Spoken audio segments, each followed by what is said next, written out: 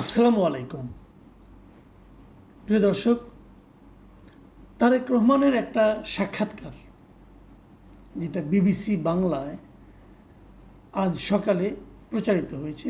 এটা আসলে আংশিক প্রচারিত হয়েছে, মানে আরেকটা অংশ আগামীকালকে প্রচার হবে। একটা বড় ইন্টারভিউ,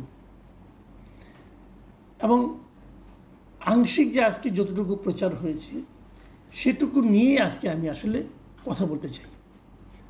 এবং আমার কাছে কতগুলি পয়েন্ট মনে হয়েছে পুরো ইন্টারভিউটা দেখে। উনি এখানে অনেকগুলো ইস্যু নিয়ে কথা বলেছেন। যিনি মাস্টার মাইন্ড নিয়ে কথা বলেছেন, যে আন্দোলনের মাস্টার মাইন্ড কে ছিল।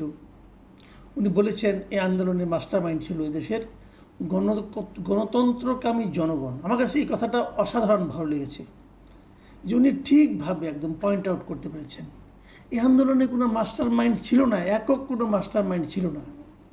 প্রশ্ন আরও ছিল, জানতে চাওয়া হয়েছিল সামনে নির্বাচনে বিএনপি কি এককভাবে করবে নাকি জোটগতভাবে করবে, বিএনপির মনোনয়ন এবার কিভাবে দেওয়া হবে, তারেক রহমান নিজে প্রধানমন্ত্রী পদের প্রত্যাশী কিনা, এই নির্বাচনে খালেদা জিয়ার ভূমিকা কি হতে পারে, তারপরে এই যে সারা দেশে যে দুর্নীতি হচ্ছে এই দুর্নীতিতে বিএনপির যে নামটা উঠে আসছে সেটাকে উনি কীভাবে দেখেন, এবং ভোটারদেরকে ওনারা কীভাবে আশ্বস্ত করবেন যে আগামীতে তারা দায়িত্বে গেলে এই ধরনের চাঁদাবাজি হবে না।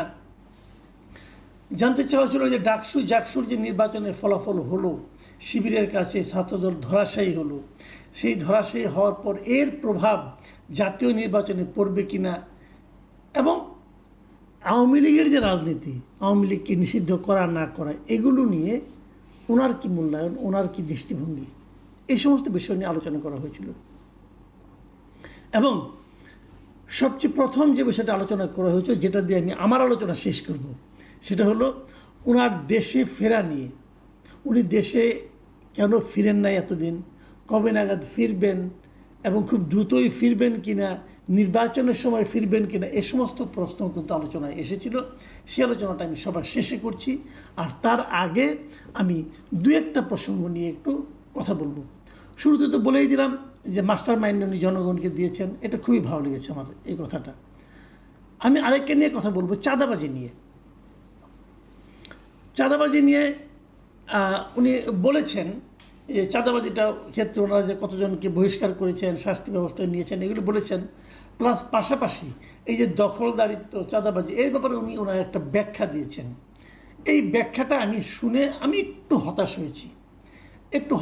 এই কারণে যে আমার কাছে মনে হয়েছে এই ব্যাখ্যা যেটা দিয়েছেন, যে যেমন দুটো ভাই একসঙ্গে জমি নিয়ে ঝামেলা হতো, একজন এতদিন স্বৈরাচারের সাপোর্ট নিয়ে জমি দখল করেছিল, এখন স্বৈরাচার বিদায় হওয়ার ফলে সেই ভাই চলে গেছে, অপর ভাই সেই জমিটা দখল করেছে, অতএব এটাকে অনেকে বলছে দখলদারিত্ব।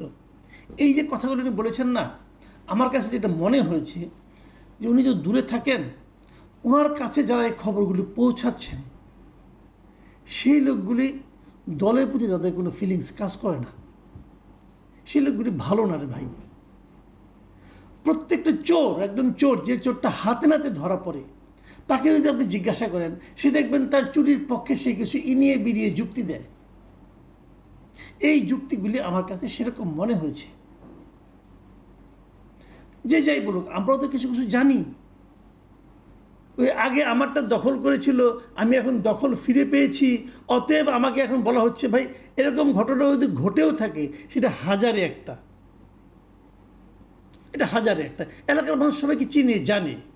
অথবা আমি বলবো, উনি যাদেরকে দিয়ে জাজ করিয়েছেন এই লোকগুলির উপর প্লিজ আর নির্ভর করেন না। এরা আপনাকে ডুবাবে, এরা জাস্ট আপনাকে ডুবিয়ে দেবে। এবং এদেশে এটাই হয়। বিএনপি রাজনীতিতেও হয়, আওয়ামী লীগের বড় দলগুলিতে এটাই হয়। বড় দলগুলিতে না, কেন্দ্রীয় কমিটিতে অনেক লোক থাকে যারা নিজেদের রাজনীতিটা করেন। ওখানে বাংলাদেশে এই সমস্ত পলিটিক্যাল পার্টিতে ভাইয়ের রাজনীতি চলে, যে আমি কোন ভাইয়ের লোক, সেই ভাই আমাকে রক্ষা করবে, এবং এরকম গাল গল্প মেরে তারা ভাইয়া তাদেরকে রক্ষা করে। এটা হলো আমার অবজারভেশন, জাস্ট বলে রাখলাম। পরবর্তীতে উনি এটা কীভাবে নেবেন আমি জানি না, আমি আমার কথাটা বললাম। ডাকসু রাজনীতি নিয়ে উনি একটা কথা বলেছেন, যে ডাকসু রাজনীতির প্রভাব জাতীয় নির্বাচনে পড়বে না। আমি নিজেও এটা মনে করি, আমি ওনার সঙ্গে একমত। উনি এখানে মাহমুদুর রহমান মান্নার উদাহরণটা এনেছেন, উদাহরণটা ভালো। কিন্তু আমি আরেকটা কথা বলি, ডাকসু নির্বাচনের প্রভাব জাতীয় নির্বাচনে পড়ে না, সাধারণত পড়ে না, আবার দু একবার পড়ে। উদাহরণ দিয়ে বলি, আমান খোকন যখন ডাকসুতে নির্বাচিত হলেন, সেই নির্বাচনের প্রভাব কিন্তু 91 জাতীয় নির্বাচনে পড়েছিল। ওনারা জিতেছিলেন, ওনাদের জেতার কোনো কারণ ছিল না অন্য কোনোভাবে।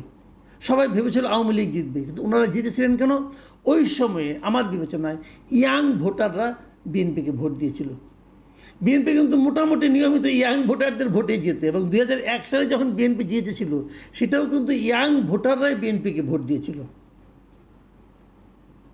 এবং এই দুটো নির্বাচনের সময় বিএনপির ইয়াং যে উইংটা, বিশেষ করে ছাত্রদল, যুবদল, এরা খুবই স্ট্রং ছিল, এদের ভোটগুলো উনি পেয়েছিল।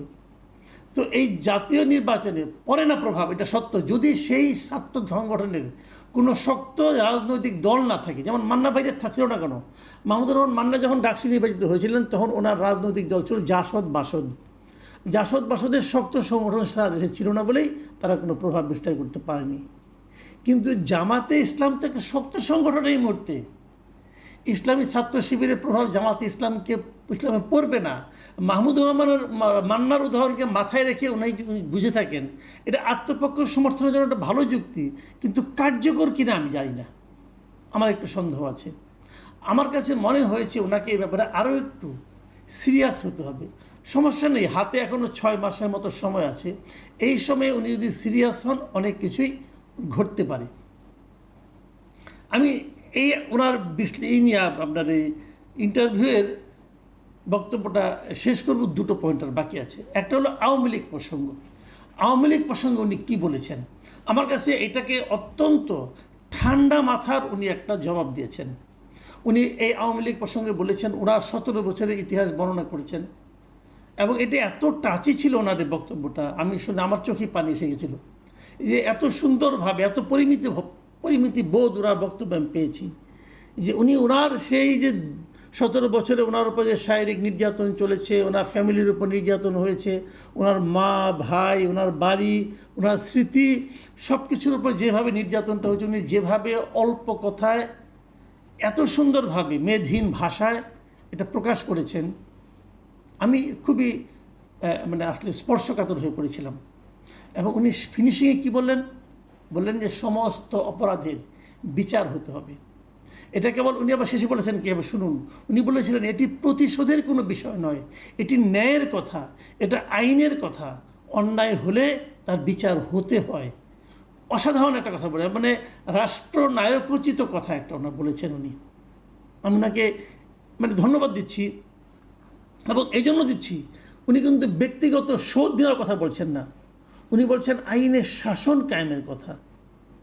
আমি এই জায়গাটাতে ওনাকে আরেকটা জায়গায় আমি ধন্যবাদ দেবো এই প্রসঙ্গে, সেটা হলো যে উনি এই কথা বলার মাধ্যমে পুরো জাতিকে বুঝিয়ে দিয়েছেন যে আওয়ামী লীগের অত্যাচার কেবল এই জুলাই মাসেই হয়নি। যে ন্যারেটিভটা এখন প্রচার করার চেষ্টা হচ্ছে যে কেবল জুলাই মাসে কি হয়েছে, জুলাই শহীদ, জুলাই আহত, পুরো জুলাই, এর বাইরে আওয়ামী লীগ কিছু করেছে। পূর্ববর্তী 15টা বছর ধরে আওয়ামী লীগ এই কাজ করেছে, এবং সেগুলো নিয়ে কোনো আলোচনা কিছু হারিয়ে যাবে জুলাইয়ের কাছে, তা তো হতে পারে না। সবগুলির বিচার হতে হবে, এবং সেই জিনিসটাই উনি স্পষ্ট করে মানুষের মধ্যে আরেকবার বলিয়ে দিলেন, এবং এই বলার মাধ্যমে মানুষের বিবেচনায় ঢুকিয়ে দিলেন যে ওই 17 বছরকে, ওই 15, ওই সময়টাকে, আওয়ামী লীগের দুঃশাসনটাকে ভুলে গেলে চলবে না। ওটাই ছিল আন্দোলন। আমরা কেবল ফিনিশিংটা নিয়ে মাতামাতি করছি, আন্দোলনটা ওই সময় থেকে গড়ে উঠেছিল। এবং এখানে আমি বলবো যে বিএনপির রাজনৈতিক নেতা হিসাবে, ভারপ্রাপ্ত চেয়ারপারসন হিসাবে, উনি তো ভার্চুয়ালি এখন নেতা হিসাবে উনি অত্যন্ত সুচিন্তিত মন্তব্যের মাধ্যমে ওনার দলের যে ভূমিকাটা, ওনার দলের যে অবস্থানটা, সেটা জনগণের সামনে প্রকাশ করতে পেরেছেন। প্রশ্নটা ছিল যে দল হিসেবে তারা আওয়ামী লীগকে নিষিদ্ধ করতে চায় কিনা, এটারও উনি কিন্তু খুব সতর্কভাবে উত্তর দিয়েছেন। উনি বলেছেন যে যদি দল হিসেবে তারা অন্যায় করে থাকে তাহলে দেশের আইন অনুযায়ী তার বিচার হবে। উনি কিন্তু বলছেন না এখনই নিষিদ্ধ করে দাও। এবং তো উনি ফিনিশিংয়ে যে কথাটা বলেছেন, এটা কিন্তু আমার কাছে খুবই একটা সিগনিফিকেন্ট বক্তব্য মনে হয়েছে। উনি বলেছেন যে দল হিসেবে যদি অন্যায় করে থাকে তাহলে তাই হবে, সোজা কথায় অন্যায়কারীর বিচার হতে হবে, সেটি তো ব্যক্তি হোক সেটি দলই হোক। যারা জুলুম করেছে তাদের তো বিচার হতে হবে, সেটা ব্যক্তিরও হতে পারে এবং দলও হতে পারে। এই যে জায়গাটা, এই জায়গাটায় কিন্তু উনি একটা জিনিস ক্লিয়ার করেছেন এবং এটা দায়িত্বটা কার, সেটা উনি দায়িত্বটা দিয়েছেন জনগণের উপর। উনি বলেছেন যে, শুনুন কি বলেছেন, যে আমরা বিশ্বাস করি এবং বিভিন্ন সময় বলিও, আমরা বিএনপি যারা করি আমাদের রাজনৈতিক সকল ক্ষমতার উৎস জনগণ। আমি দৃঢ়ভাবে বিশ্বাস করি এবং বিশ্বাস করতে চাই যে দলের ব্যক্তিরা বা যে দল মানুষ হত্যা করে, মানুষ গুম করে, মানুষ খুন করে, দেশের মানুষের অর্থ সম্পদ লুটপাট করে বিদেশে পাচার করে, জনগণ তাদের সমর্থন করতে পারে বলে আমি মনে করি না। উনি বলছেন জনগণ তাদের সমর্থন করতে পারে বলে উনি মনে করেন না। ওনার অবস্থান কিন্তু মোটামুটি উনি ক্লিয়ার করে দিয়েছেন।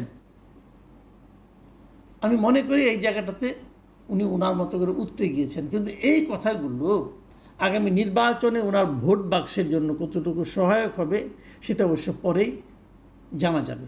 আমি যে আলোচনাটা করে শেষ করব সেটা হলো ওনার দেশে ফেরা নিয়ে, যেটা নিয়ে আমি নিজেও অনেকবার অনেক সময় কথা বলেছি যে উনি কেন আসেন না, কেন আসেন না। উনি কয়েকটা কথা বলেছেন। উনি বলেছেন যে উনি একদিন ফেরেননি, এর পেছনে কিছু সঙ্গত কারণ হয়তো আছে। এখন এই সঙ্গত কারণগুলো কি এটা আমরা জানি না, উনিও ক্লিয়ার করেননি, ওনার দলও এখন পর্যন্ত জনগণের কাছে ক্লিয়ার করেনি। আমি মনে করি এই আলোচনাটা উঠতেই থাকবে। উনি যতদিন দেশে না ফিরবেন ততদিন পর্যন্ত জনগণ জানতেই চাইবে ভাই সঙ্গত কারণটা কী, প্লিজ একটু বলেন। ওনাকে প্রশ্ন করা হয়েছিল আপনি কি কোনো রকম শঙ্কা দেখছেন কিনা, উনি বলছেন অনেক রকম শঙ্কার কথা তো আমরা শুনি এবং সরকারের লোক অনেক সময় শঙ্কার কথা উচ্চারণ করে বলে উনি বিভিন্ন মিডিয়াতে দেখতে পেয়েছেন, সেটাও বলেছেন। তো আমি এই জায়গায় একটা ওনাকে কাউন্টার কোয়েশ্চেন করতে চাই, সেই শঙ্কা ওনার দূর হয়েছে কিনা, হলে কিভাবে হয়েছে। আপনার সঙ্গে তো গত জুন মাসে প্রধান উপদেষ্টা লন্ডনে বৈঠক হলো, তখন আপনি এই শঙ্কার কথা ওনাকে বলেননি। উনি আপনাকে কী বলেছেন সেই বিষয়গুলি জনগণকে বলুন। ট্রান্সপারেন্ট হতে হবে ভাই। জনগণ যদি না জানতে পারে আপনি কেন আসছেন না, এই প্রশ্নটা কিন্তু সবসময় উচ্চারিত হতে থাকবে। এটা যত উচ্চারিত হতে থাকবে তত আমি মনে করি এটা আপনার প্রতি মানুষের যে ভালোবাসা সেটা কিন্তু প্রকাশ পাবে না, একটু হলেও বাধাগ্রস্ত হবে। তবে যেটা সুখের খবর এবং বিএনপির জন্য যেটা আশান্বিত হওয়ার খবর সেটা হলো উনি বলেছেন যে উনি খুব শিগগিরই দ্রুতই উনি ফিরে আসবেন। একাধিকবার প্রশ্ন করা হয়েছে, একাধিকবার একই কথা বলেছেন যে দ্রুতই ইনশাল্লাহ ফিরে আসব এবং নির্বাচনে যে প্রচারণা সেই সময় এখানে থাকবেন এবং উনি যদি দল চায় উনি প্রধানমন্ত্রী হবেন। এটা তো ইতিবাচক কথা। আমরা আগামী পর্বের ইন্টারভিউর জন্য অপেক্ষা করব, সেটা হয়তো আগামীকালকে হবে। আমরা আগামীকালকে শুনবো, শুনে সব মিলিয়ে হয়তো আরেকটা বিশ্লেষণ করার সুযোগ পাবো। প্রিয় দর্শক,